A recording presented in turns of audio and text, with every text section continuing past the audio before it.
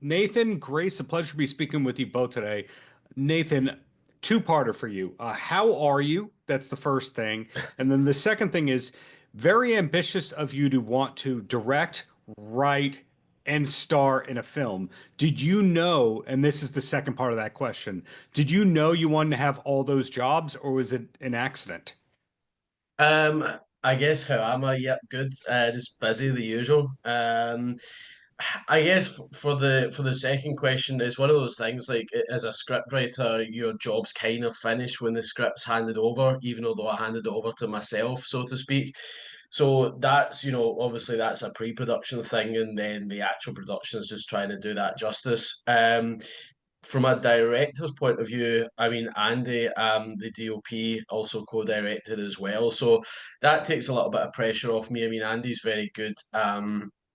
Visually, framing a shot and, noticing when something's not right or where it can be improved. So that's kind of 50% of the director's job as it is. So on top of that, he's good at critiquing my performance if I ever go on autopilot 'cause I'm too busy watching what everyone else is doing. But Hmm. I'm relatively used to it, but honestly, the directing thing was probably born out of necessity. I started to direct, I'd done 7 short films and I started to direct those towards the end because I'm not going Right. to say I wasn't happy with how anyone else was doing it, but there was a certain creative possessiveness when you work with other people. So, they won't take your ideas on board a lot of the time. So I thought, do you know what? I'm going to kind of give it a bash myself, but it is a nice way to kind of have that like rounded creative package because I'll write the script and direct and edit. I feel it's almost a true vision from start to finish, even if that vision is crap. But that's subjective, obviously. Sure. Grace, throwing it to you, similar two-parter. How are you? And also, how did you wind up in this production? Because you have credits, you also come from the theatrical world. Yeah, hi Darren. So I'm good, thank you. Um, so I did a workshop. A wonderful actor creative coach called Michaela Longdon runs these incredible acting workshops, and Nate was on one of them as the kind of expert. He was directing some of our scenes and giving us feedback, expert. And he redirected a scene of mine, and then I got an email, I think maybe a week later, asking me if I would want to audition for this. And he sent over the script, and I just fell in love with it. I'm a really big thriller fan. I'm a big horror fan as well, but certainly thrillers. And I read it, and I just kind of fell in love with it. And then I knew I wanted to do it. I just had to audition, obviously, and then get the part. And thankfully, I did. And you did. Now, Nathan, one of the things I usually ask actors in films is how much of your character is there in you? This is the Alex character. While you are a believable person who could wreck people like a bouncer could, obviously the psychological nature of this character isn't the person I'm speaking with. So, how much is there of the character in you, and where did the inspiration come from? Probably not a hell of a lot this time, to be honest. I mean, Alex is quite lonely and detached and a bit of an introvert, and I'm very charming and not an introvert at all. Of So, course.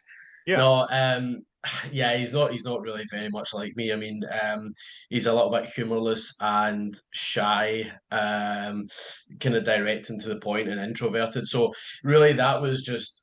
I thought the character fitted the story, because he goes on a bit of a journey in terms of I suppose his own sort of exploration of his feelings, but also in terms of this sort of bubbling rage which is inside him, which it's not really attributed to anything in the film. It was more of an ambiguous thing.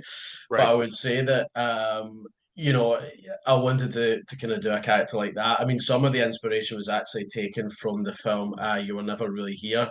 So there's a little bit from that, and then from maybe like Clint Eastwood films and stuff like that. But yeah, he's not hugely like me. But I think that hopefully the character's captivating enough. I know that he's obviously quite stoic and harbours these feelings, but hopefully it's written in a captivating enough way that the audience don't switch off from him and actually kind of warm to him, if that makes sense.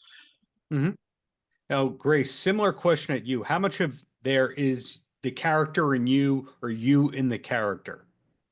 I think for me, when I read it, I just think it was so brilliantly written that Gemma is very different to me, but that was totally okay because of the way that it is written. There's so much subtext and context in there that it was Mhm. easy for me to connect with her. I think she's, really, she's had a lot of hardships in her life, and she has a lot of stresses that are really real and really deep and important. And I'm an actor. I don't have those kinds of hardships. Like, I just go to work and say some lines and enjoy my day. I'm not like having to fund a really difficult relationship with my dad where things have gone wrong. And yeah, I think the fact that it was written so well allowed me, as much as she is unlike me, it allowed me to connect with her in a way that gave me a lot of truth and a lot of enjoyment as well. So, a follow-up question to that. We know as outsiders that sometimes a movie is made and doesn't come out for 3 or 4 or 5 years. And then, meanwhile, a thing that you just filmed is the next thing that comes out really quickly. In other words, things don't come out in the order that they're made. Is this the latest project you worked on, or is there new stuff to brag about, Grace? Um, this is, well, we filmed it maybe like a little over a year ago, so I've done a couple of things since then. I'm really, as I said earlier, I really enjoy horror, so I try and do a lot of horror Hmm. projects. So there's a feature film that actually comes out next month called Cara, Hmm. that I've just got a little part in, but that was loads of fun to be part of. And my side job is I make true crime podcasts, so they come out every single week. So that's kind of like yeah, that's my day to day. Wow. Now, Nathan, this film does come out under your name, the Shepka Productions, the Shepka Industries, Shepka Enterprises, however you want to call the banner and all that. So, are we allowed to know what's coming next for you, or is this film, the swan song and Dead Before They Wake, is the only thing that we're ever going to hear about? I mean, I would hope it's not my swan song. Yeah, I appreciate I wasn't massively original when it came to selecting the name, was I? I should have thought of something Well, clever there. well, let me interrupt you right there. When you name a company after yourself, that means you believe in yourself. So you're going the unoriginality route, whereas I'm going, this guy knows about branding and has a big vision for his future. So take the compliment.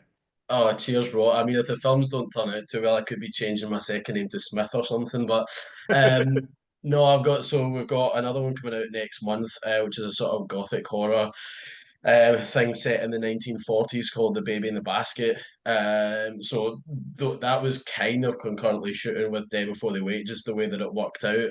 So that's why they're coming out in such close proximity.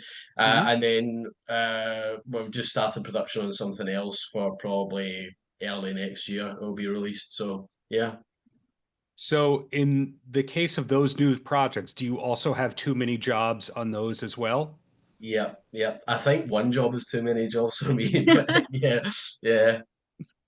Grace, in your case, as far as I know, we're only seeing you act. Do you also have aspirations to be writing and be behind the camera, or am I totally ignorant and you're going, Darren, I've produced the last 7 things I did?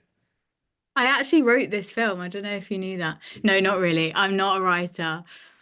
No, I actually studied theatre directing. I did a master's in theatre directing and really loved it. But actually, kind of going back to your first question, the reason I switched from theatre into film and TV is because the theatre industry in the UK, unfortunately, is just not great.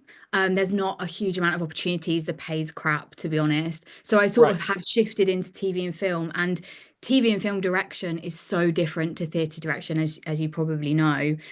So no, I have no interest in doing that. I'll just be in front of the camera. Well, I really appreciate that candid response. As somebody who's taping interviews 4 or 5 days a week, I'm noticing the majority of films, even if it's set in London, it's really Bulgaria. It's Mhm. really other parts of Europe, Eastern Europe, or a lot of things are in Berlin, etc. Are you finding that most of the work that you're going for is not in London these days?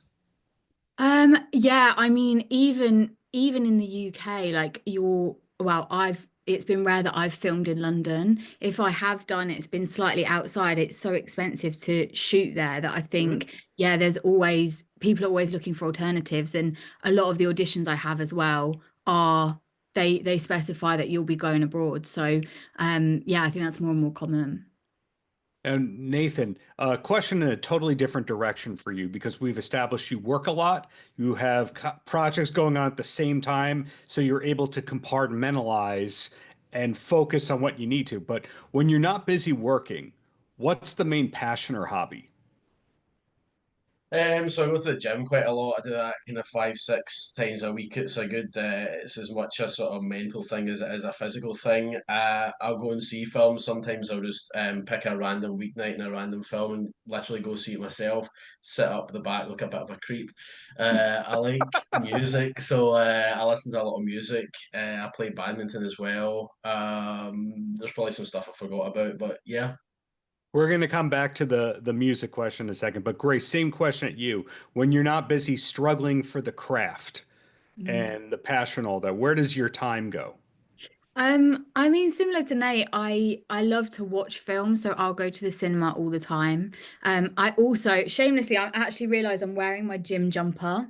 That's how much I also go to the gym. I'm into like CrossFit and things like that. Oh, That's kind of new for me as well, but I find it's a mental thing. It just really sets me up for the day, and I'm so much more productive when I do it. And alongside that, in the interest of balance, I also I'm a home baker. I bake cookies. So I have a little cookie business as well. So I try and go to the gym so I can eat like 10 cookies a day. the opposite of horror. That's what I'm hearing. You're reinforcing the image that horror people are generally the most relaxed, productive people, right? Yeah, exactly. And Nathan, coming back to you, and Grace will ask this, and then you'll both be free for me. Nathan, you said you're a big music person. I would say three of my favorite bands of all time are from Scotland. So I'm throwing this at you, putting you on the spot. What's the last concert that you went to for fun? Oh, it was actually a Scottish band called Texas. So they were doing like Yeah. the very best of tour or whatever it was, at a place called the Hydro in Glasgow. So yeah, that was the last one. Texas is one of those, there's a growing list of bands that are like all-time hits charting bands, but in the States, they're a one-hit wonder. And in other words, every country in the world gets it except the States, kind of like soccer. That's kind of what happens right there. And my condolences that Texas is not as big as they should be here. Grace, what was the last concert? Do you remember? Yeah, I mean, it was a long time ago. But I went to see Arlo Parks when she was like just starting out. So it was a super small venue in Nottingham where I live. And it was so intimate. It was amazing. She's one of my favorite artists. Wow. Okay. And I think Arlo has made it in the States to a respectable level. So, Mhm. okay. So we're not totally wrong on that one. But the bottom line is this, you both sound like you have a lot of projects coming up in different states of completion.